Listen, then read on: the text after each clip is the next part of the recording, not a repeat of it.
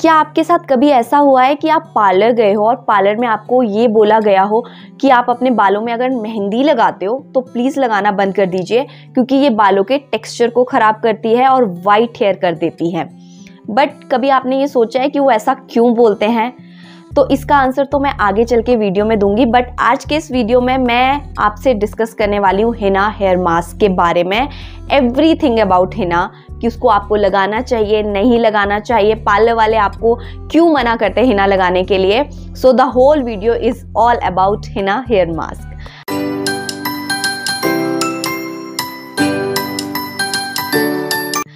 Hi everybody, welcome to the channel and thank you so very much for watching Dr. Wingardium. I hope you all are doing well and loving whatever you guys are doing. So spring season आए और मैं Hina hair mask के बारे में बात ना करूं, that's not possible. And if I tell you the fun fact, तो हिना मेरा ओरिजिनल नेम है, डॉक्टर विंगार्डियम इज़ जस्ट इस चैनल का नाम, my real name is Hina. So may be इसी वजह से मेरे को मेहंदी से बहुत ज़्यादा प्यार है, फॉर नो रीज़न। लाइक मुझे कोई प्रॉब्लम नहीं होता था जब भी मुझे लगता था कि हाँ थोड़ा सा बाउंस कम हो गया बालों में या मुझे और शाइनियर अपने बाल चाहिए होते थे, तो बस मैं हिना हेयर पैक लगा लेती थी। And from the 10th standard I am using henna for my hair. मुझे एक भी ग्रे हेयर नहीं है, ट्रस्ट मी ऑन दिस, एक भी वाइट बाल मुझे नहीं है। एंड पार्लर में आपको स्पेशली मेंशन किया जाता है कि भाई आप हिना हेयर मास्क अपने बालों के लिए ना लगाएं। रीज़न इज़ कि ये इतना पावरफुल हेयर मास्क है ना कि लाइक अगर आप हिना हेयर मास्क अपने बालों के लिए लगा रहे हैं, you don't need to do anything for your hair. Trust me on this. अगर आपको कोई ज़्यादा प्रॉब्लम नहीं है अपने बालों में, सिर्फ डल फ्रिजी आपके बाल रहते हैं, आप हिना हेयर मास्क लगा लेंगे ना, आपको और चीज़ें अपने आप ही करने का मन करेगा, क्योंकि वो एक एप्लीकेशन में ही आपके बालों को इतना सुंदर कर देगा कि आपको और चीज़ें अपने आप ट्राई करने का मन करेगा अपने बालों के लिए। मुझे ऐसा लगता है कि जिसके बाल सबसे ज़्यादा डैमेज या स्प्लिट एंड्स या कुछ भी है ना, वो बस हिना हेयर मास्क अपने लिए लगाए, उसके बाद बाकी की रेमेडीज़ तो वो खुद ही कर लेंगे, क्योंकि बाल इतने ज़्यादा इंप्रूव हो जाते हैं। आपने देखा होगा स्प्रिंग सीजन में पौधों में नए नए पत्ते, नए नए फूल आते हैं। चेरी ब्लॉसम भी कहा जाता है स्प्रिंग सीजन को, वैसा ही होता है हमारे बालों में। लाइक मैं हमेशा अपनी बॉडी को और प्लांट को एक जैसा समझती हूँ। जिस तरह से प्लांट्स को न्यूट्रिशन चाहिए होता है, उसी तरह से हमारी बॉडी को भी न्यूट्रिएंट्स चाहिए होते हैं, इंटरनली भी एंड एक्सटर्नली भी। तो अब जैसे प्लांट्स को आप स्प्रिंग सीजन स्टार्ट होते ही खाद प्रोवाइड करते हैं ना, वैसे ही बालों को भी हम मेहंदी के रूप में एक खाद प्रोवाइड करते हैं स्प्रिंग सीजन स्टार्टिंग में, क्योंकि हमें न्यू हेयर ग्रोथ आती है। आप देखेंगे छोटे छोटे बेबी हेयर आ रहे हैं, लेकिन वो ज़्यादा देर तक टिक नहीं पाते, क्योंकि न्यूट्रिशनल डेफिशिएंसीज हमारे बॉडी में होती है। तो उसके लिए आपने हिना हेयर मास्क लगाना है। हिना हेयर मास्क को लेकर लोगों को इतने ज़्यादा मिसकंसेप्शंस हैं, एंड ट्रस्ट मी, पार्लर तो आप जितनी भी बार जाएंगे, अगर आप अपना हेयर का कुछ भी करवाने जा रहे हो, तो आप किसी भी अच्छे से अच्छे सैलून में चले जाइए, अच्छे से अच्छे पार्लर में चले जाइए, आपको ये ज़रूर बोला जाएगा कि आप अपने बालों में मेहंदी तो नहीं लगाते, और गलती से आपने हाँ कर दी ना, तो बस उनका ज्ञान शुरू हो जाएगा कि भाई मेहंदी मत लगाओ बालों में। अगर हिना का कोई कॉन्सिक्वेंस है तो वो सिर्फ एक है, दैट इज कि थोड़ा सा ड्राइनेस, एंड समटाइम बहुत ज़्यादा ड्राइनेस भी बालों में हो जाता है। लेकिन जिस तरह से मैं इस वीडियो में आपको बता रही हूँ, आपको हिना का एप्लीकेशन करना है, अगर आप उस तरीके से करेंगे, आपको ट्रस्ट में कोई ड्राइनेस नहीं होने वाला। वो ड्राइनेस एकदम से एक एप्लीकेशन में ख़त्म हो जाएगा। हिना इसलिए भी ज़्यादा प्रॉब्लम लोगों को क्रिएट करते हैं क्योंकि लोग तरीका सही नहीं सेलेक्ट करते। समटाइम्स लोग क्या करते हैं, हिना पाउडर बस पानी में घोला, बालों में लगाया एंड बालों को ओपन छोड़ दिया और उसको पूरा ड्राई होने दिया। अब आप खुद सोचिए, अगर आप ऐसे मिट्टी को भी अपने बालों में चिपकाते हो तो बाल टूटेंगे, झड़ेंगे और ज़्यादा खराब हो जाएंगे।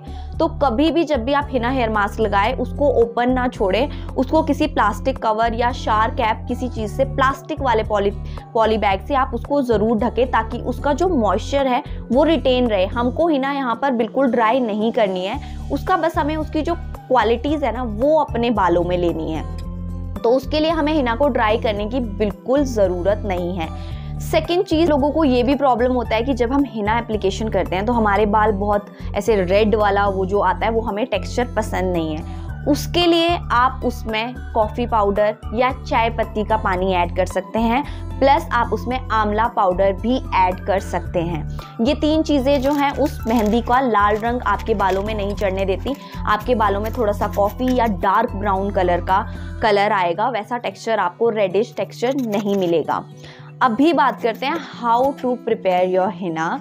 तो आज जो मैं इंग्रेडिएंट्स यूज़ कर रही हूँ उसके मेन इंग्रेडिएंट्स हैं लस्सी, हिना पाउडर ऑब्वियसली आपको चाहिए, आंवला पाउडर, शिकाकाई भृंगराज। शिकाकाई भृंगराज ऑप्शनल है, if you have then okay, if you don't have, but amla, लोहे वाली कढ़ाई और लस्सी, ये 3 चीज़ें तो मैंडेटरी है अगर आपको हिना हेयर मास्क लगाना है। तो लोहे की कढ़ाई यहाँ पर इसलिए ले रही हूँ, जिनको वो रेडिश वाला कलर नहीं चाहिए ना, उनके लिए क्या है, जो लोहा अपना कष्ट छोड़ता है तो उससे एक ब्राउनिश शेड आती है, बालों को आयरन मिलता है एंड बाल और ज़्यादा मजबूत होते हैं। इस तो यहाँ मैंने ले लिए हैं अपने मेन इंग्रेडिएंट्स। पहला है लस्सी, इसको आप कर्ड से भी रिप्लेस कर सकते हैं, क्योंकि अब गर्मियाँ थोड़ी थोड़ी आने लगी है तो हमारे बालों को नेचुरल कंडीशनिंग की ज़रूरत होती है। तो उसके लिए मैंने यहाँ पर लस्सी ली है, जो एक नेचुरल कंडीशनर होता है, हमारे स्कैल्प को ठंडक देता है और हमारे स्कैल्प की सारी गंदगी रिमूव करके हमारे स्कैल्प का pH बैलेंस करता है। सेकेंड इंग्रेडिएंट मैंने यहाँ पर लिया है इंडियन गूसबेरी, आंवला पाउडर, जो कि आप पाउडर फॉर्म में भी ले सकते हैं, और अगर आपके पास नेचुरल आंवला है तो उसका जूस एक्सट्रैक्ट करके भी आप ले सकते हैं। उसके बाद हमारा third main ingredient that is mehndi powder. ये जोवीज़ हर्बल का मेहंदी पाउडर है, इसके साथ शार कैप और ग्लव्स आपको इसमें मिलेंगे साथ में ही। आप इसको रिप्लेस कर सकते हैं खादी नेचुरल्स की मेहंदी के साथ, या फिर आप नूपुर भी ले सकते हैं, it's all up to you. But trust me, ये जो जोवीज़ वाली मेहंदी थी ना, ये इतनी अच्छी थी, इसका फ्रेगनेंस बहुत ही प्यारा था एंड क्वांटिटी ये देखने में इतनी कम लग रही है, बट बाद में मुझे इस कटोरे से निकाल के कढ़ाई में आधी मेहंदी डालनी पड़ी थी, क्योंकि ये बहुत ज़्यादा बन गई थी, देखने में बहुत कम लग रही थी। फिर यहाँ पर ऐड किया है मैंने खूब सारा आंवला पाउडर, 3 से 4 चम्मच आप आंवला पाउडर ले लीजिए। उसके बाद कॉफ़ी पाउडर आप ले लो, मेहंदी अपने हेयर लेंथ के अकॉर्डिंग आप ले लो, जितना भी आपके हेयर लेंथ पे लगेगा।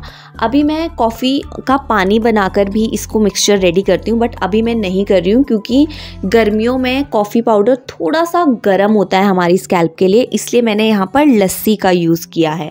अब इस मिक्सचर को आपने अच्छे से मिक्स कर लेना है लस्सी के साथ, एंड इसे अच्छे से इसलिए मिक्स करना है ताकि उसमें छोटे छोटे जो बनते हैं ना गुठलियाँ सी, वो बिल्कुल नहीं बननी चाहिए। एंड मेक श्योर कि जो भी आप बनाएं उसको थोड़ा बड़े बर्तन में बनाएं, लोहे के बर्तन में इसलिए भी कह रही हूँ, जिन लोगों को रेडिश पसंद नहीं है ना, अपने बाल की लाल लाल जो कलर हो जाता है मेहंदी से, बहुत सारे लोगों को प्रॉब्लम होता है, तो उनके लिए लोहे का बर्तन इज़ मस्ट हेयर, क्योंकि ये आपके बालों में वो रेडनेस नहीं आने देगा, ये आपके बालों को ब्लैकिश या डार्क ब्राउन शेड में ही कलर करेगा। तो इसलिए लोहे की कढ़ाई is a big investment for your hair. अगर तो आप 50 से ऊपर and you like that red colour for yourself, तब तो कुछ नहीं है, बट अगर आप 20s में हैं और आपको अपने बालों को बहुत अच्छा सा बाउंस देना है एंड आपको हिना लगाना है, तो उनके लिए तो लोहे की कढ़ाई इज़ मस्ट हेयर। मतलब कोई आपको बोलेगा ही नहीं कि आपने अपने बालों में मेहंदी लगाई है, अनटिल अनलेस आपके बालों से थोड़ी सी मेहंदी की स्मेल ना आए। अब आपने इस मिक्सचर को अच्छे से मिक्स कर लेना है, ओवरनाइट रहने देना है, एंड नेक्स्ट मॉर्निंग आप देखेंगे कि वो मेहंदी का कलर थोड़ा थोड़ा ब्लैकिश सा हो गया है। वो इसलिए क्योंकि आंवला जो है वो आपके ग्रे हेयर को ब्लैक करने में हेल्प करता है, और जो लोहे का कश इसमें उतरा है ना, वो आपके बालों को strengthen and extra shine provide करता है, तो इसलिए बाल रेडिश बिल्कुल नहीं होंगे। एंड सबसे बड़ी प्रॉब्लम मेहंदी की ये होती है कि हम घोल तो लेते हैं, अच्छा सा मिक्सचर भी बना लेते हैं, बट अब प्रॉब्लम होती है मेहंदी लगाने की। पहले तो मैं लोगों को ढूंढती रहती थी कि कोई मुझे मेहंदी लगा दो, बट अब मैं खुद से ही मेहंदी लगा लेती हूँ। हमारी जो मेहंदी लगाने की टेक्निक है वो यहाँ पर बहुत मैटर करती है, क्योंकि अगर हम प्रॉपरली मेहंदी नहीं लगाएंगे तो हमारे बहुत ज़्यादा बाल टूट सकते हैं। तो मेहंदी लगाने से पहले आपने अपने हाथों को सिक्योर कर लेना है ग्लव्स से। अगर आपको हाथ में कलर से कोई प्रॉब्लम नहीं है तो आप बिना ग्लव्स के भी मेहंदी लगा सकते हैं, बट अगर आपने लोहे के बर्तन में मेहंदी भिगोई है तो आपको वो थोड़े कालापन सा हाथों में आ जाएगा, वो कश आपके हाथों में चढ़ सकता है, इसलिए प्लीज़ अपने हाथों को आप सिक्योर कर ले। अगर आपने नॉर्मल बर्तन में भिगोई है और आपको रेड कलर से कोई प्रॉब्लम नहीं है तो इट्स ऑल राइट, आप बिना ग्लव्स के भी लगा सकते हैं। आपने अपने बालों को अच्छे से डिटेंगल करना है एंड उसके बाद मिडल पार्टीशन से आपने थोड़े थोड़े बाल लेने हैं एंड उनको वहीं पर ही सर्कुलर मोशन में बन बनाकर एक एक लेयर उस पर लगानी है। एंड इससे क्या होगा, जब आप अपने बालों को वॉश करेंगे एक एक लेयर आराम से ओपन होगा, आपके कोई भी बाल टूटेंगे नहीं, झड़ेंगे नहीं एंड वो इजीली बहुत कन्वीनियंटली मेहंदी आपके बालों से निकल जाएगी। पहले जब मैं मेहंदी घोलती थी ना, मैं उसको अच्छे से मिक्स नहीं करती थी, उसमें छोटे छोटे से क्लॉट्स बन जाते थे जो बालों में इतनी बुरी तरह से फंसते थे। बट अभी मेहंदी लगाना और धोना इतना कन्वीनियंट और ईजी हो गया है अगर आपकी टेक्निक सही है। प्लस मेहंदी लगाने के बाद आप अपने बालों को नॉर्मल वाटर से ही वॉश करें, शैम्पू करने की ज़रूरत नहीं है। जैसे ही आप मेहंदी धोए उसके 3 से 4 घंटे आप नॉर्मल अपने बालों को ड्राई होने दें एंड उसके बाद अपने बालों में जिस भी ऑयल के लिए आप कंफर्टेबल है, क्योंकि मेहंदी लगाने के बाद बालों में हल्का ड्राइनेस हो जाता है, तो आप उसको हाइड्रेट करने के लिए अगर आप ऑयल के लिए कंफर्टेबल नहीं है तो आप फ्लैक्सीड जेल भी लगा सकते हैं। वीडियो मैं यहाँ पर टैग कर दूंगी अगर आपको फ्लैक्सीड जेल बनाना नहीं आता। अगर आपके पास फ्लैक्सीड जेल नहीं है तो आप एलोवेरा जूस लगा सकते हैं। एलोवेरा जेल भी अगर आपके पास नहीं है तो आप ऑयल लगा सकते हैं। It's all up to you, just आपने अपने बालों को हाइड्रेट करना है प्रॉपरली। यहाँ पर हमने लस्सी और कर्ड का यूज़ भी इसीलिए किया है ताकि बहुत ज़्यादा डिहाइड्रेट हमारी स्कैल्प ना हो जाए, बट स्टिल मेहंदी का थोड़ा सा नेचर होता है ड्राई करना आपकी स्कैल्प को। तो जैसा कि आई हैव मेंशन्ड पहले कि हिना जो है वो हमारे बालों को बहुत ज़्यादा ड्राई कर देता है, तो उसके लिए आप क्या करेंगे, उसके लिए मैं एक वीडियो लिंक कर रही हूँ। प्लस जब आप मेहंदी का पूरा एप्लीकेशन अपने बालों पे कर ले तो आपने अपने बालों को किसी शार्क कैप या प्लास्टिक की पन्नी से कवर कर लेना है ताकि मेहंदी का मॉइस्चर आपके बालों में रिटेन रहे, ड्राइनेस ना हो, आपके बाल उलझे नहीं और आपको मेहंदी को निकालना बहुत ईजी हो जाए। उसे बालों को धोइए, आपके बालों में कोई भी ड्राइनेस नहीं रहेगा। Still if you are feeling कि आपको ड्राइनेस है तो आप एलोवेरा जेल या फ्लेक्सी जेल का यूज़ उसकी जगह कर सकते हैं। सो आई होप आपको मेरा ये आज का वीडियो पसंद आया होगा and trust me this remedy is so powerful. You will enjoy your hair, trust me on this. अगर किसी के बहुत ज़्यादा ख़राब बाल है ना, ये हेयर मास्क बहुत ज़्यादा अमेजिंग है। आई होप मैंने बहुत ज़्यादा कन्विंस कर लिया होगा, तो please give it a try for once and please let me know in the comment section कि आपको कैसे रिजल्ट्स मिले। That's it, see you in my next video. Till then stay safe, stay healthy, bye bye.